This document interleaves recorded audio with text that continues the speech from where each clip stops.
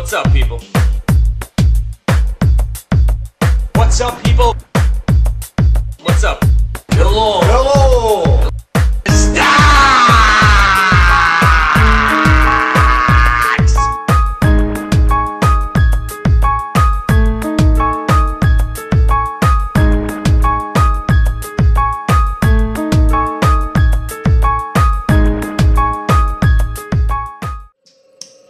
What's up, people? What are you guys doing? Listen to me. Listen to me closely, all right? I needed a break, and that's all we're going to talk about that. Let's get right into it. Okay? I don't even know where we left off. We'll get a catch up when I start doing the live show. I wasn't going to come back for the month of August because it's normally a dead month. And not only was it dead, but we just basically sold off every day. Now, I don't know where we left off, but I was wrong about Dow 11,000, obviously, about going in Fridays. It was supposed to happen 3 or 4 Fridays ago. But let's talk about what was going on. Every economic data point was being ripped apart, analyzed, torn into to try to base what the market was going to do. Normally, that's a bad time to be into the stock market. When we're on edge about every little thing that's going to be released, not a good time. Also, when there's talk of takeovers and mergers and rumors of mergers every single day, not normally a good sign. And then, of course, the penny market's been back on fire as far as I'm concerned, and we're going to talk about that. Each week, we're going to highlight one penny stock which I get in the mail or somebody throws my way to see if any of them actually pan out. Of course, we're going to get to viewer mail, a large stack of viewer mail that I've been building up. The hate and the bile and the disgust that people have for me is just, it's phenomenal. So I told everybody I'm not trading until I get out of that QID. I was betting the market was going to go down, and finally got out of those. And I was scared. I was scared for my life because we were at a pivot point where we were either going to break down or we were going to rally. Now, the way the market has been going in the Max Pain theory is that when everything is basically telling you one thing, you have to go the other way. Now, there was one key indicator that made you think that maybe the market was ready to bounce. It was that there was a bullish, bearish optimism report somewhere in there about 3 or 4 days ago, and it was decidedly bearish. And that is normally a sign that the market's about to bounce. See, there are things out there that these indicators and these cliches and these things that do actually work out and pan out.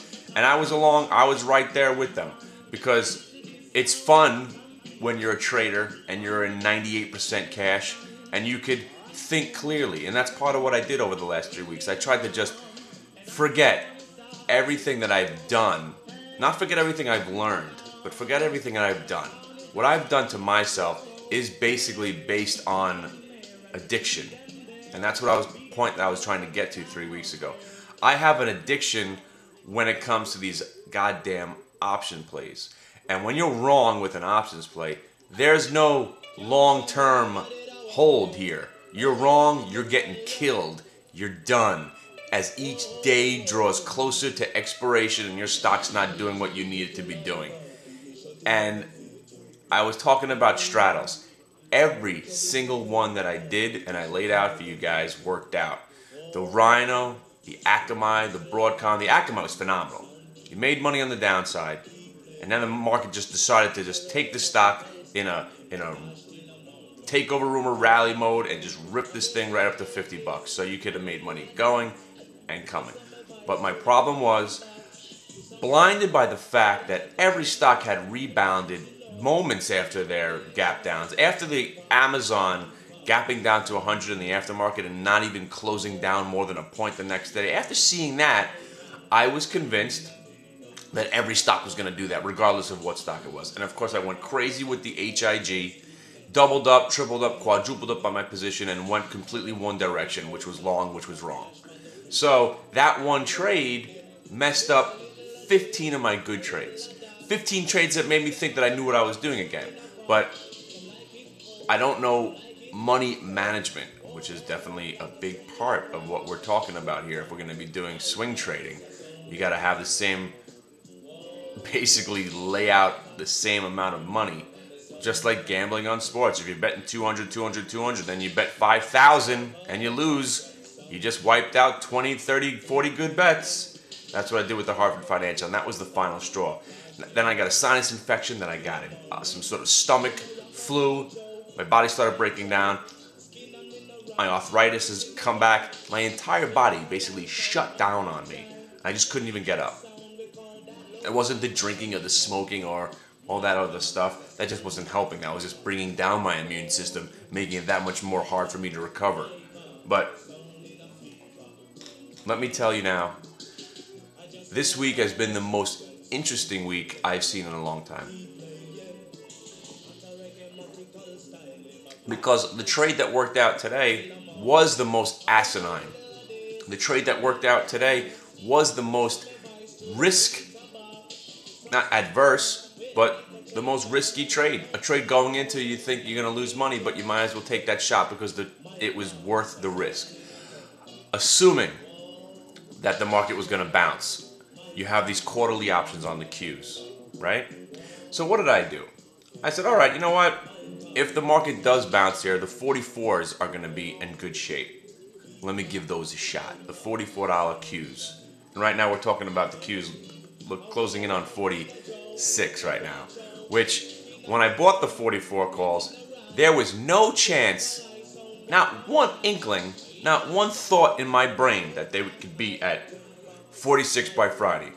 So when I first made some money on them, I sold them, and that was my one trade of the day. I was so happy. The market was up. We had like a 50 or 60 point day in the NASDAQ one of those days during the week, and I took the profit right there. Why should I risk it all on the report of the jobs number? But going into Max Pain theory, lots of shorts got caught. Lots of shorts got caught once again, because when you're on the precipice, people are going short, thinking that this is it. This is the big one. This is the next flash crash. This is the next 2008. This is the next catastrophe. Everybody loads up. That's why the move's back up. What we can do in a month on the way down gets made up in 4 days. And the same thing on the way down. When we can go up for a month and get ripped apart in 1 day or 2 days, that is a market where you cannot, and you will not have a long-term philosophy anymore. As much as the media wants to soothe everybody into believing in long-term investing, that's the way to go, how could you? How could you? And you know what's going to happen now, right? So if holiday weekend's over, usually we'll gap up on Tuesday and start the rally continuing. But then, of course, September's supposed to be a bad month. October's not supposed to be your best month. All those other things that you're going to be coming into your thought processes. Now, what we're going to have to do is we're going to have to get the market to the point where it looks like it's just about to break out. This is it. This is great.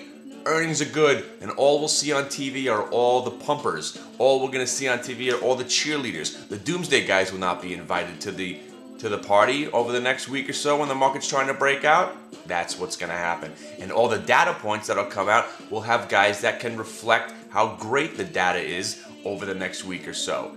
Are you catching on to how the matrix works yet? I hope you are, and I hope that once we start doing this on a regular basis, you come to the show, and for those of you who think that I'm a self-important douchebag and all those great things, that, I mean, as much as I joke about them, I don't understand why.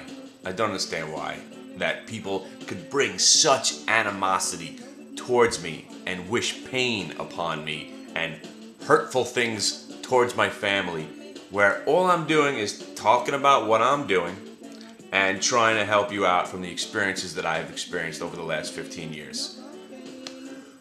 Well, starting next Tuesday, we've got 3 news girls that are going to be circulating.